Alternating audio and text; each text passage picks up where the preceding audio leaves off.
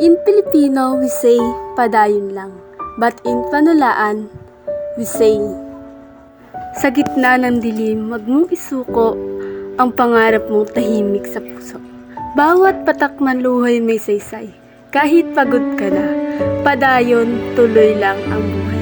Sa bawat pagkakadapa, bumabangon muli. May liwanag din sa dulo ng gabi.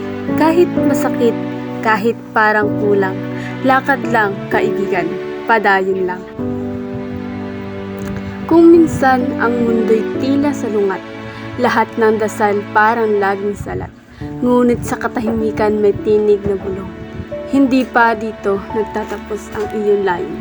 Kapag ang puso'y wasak at pagod, at ang pangarap ay tila abot-alon, higpitan ang kapit, huwag hayaang gumuho. May umaga ring magbabalik sa sigla ng puso. Hindi ka nag-iisa sa daang mabigat. Maraming tulad mong tahimik na lumalakad.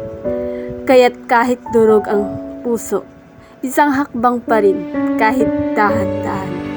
At sa huling yugto ng labang tahimik, makikita mo lahat ay may saglit.